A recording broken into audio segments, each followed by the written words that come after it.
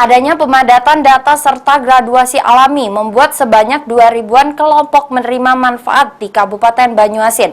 Kehilangan manfaat program Keluarga Harapan dari 27.818 penerima di tahap pertama menurun menjadi 25.709 penerima manfaat.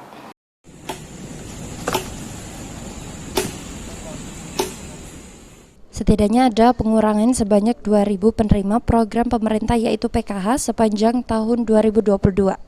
Penurunan ini terjadi karena ada pemadaman data anak sekolah Dapodik, yakni KIP yang diterima anak sekolah diputus penyebabnya karena tamat sekolah atau data NIK dan Dapodik berbeda.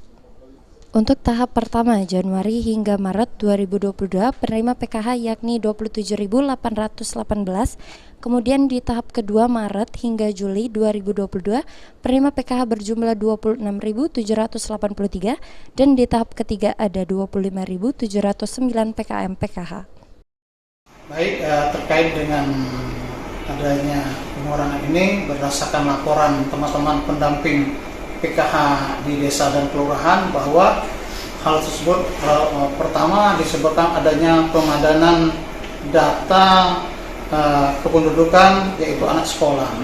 Data ini dikaitkan dengan data Dapodik. Nah, jadi di lapangan itu ditemukan bantuan baik KIP itu tidak dicairkan, dengan KIP tidak dicairkan berkaitan juga dengan komponen PKH ini. Nah, ini salah satu ide. Sulaiman, PAL TV.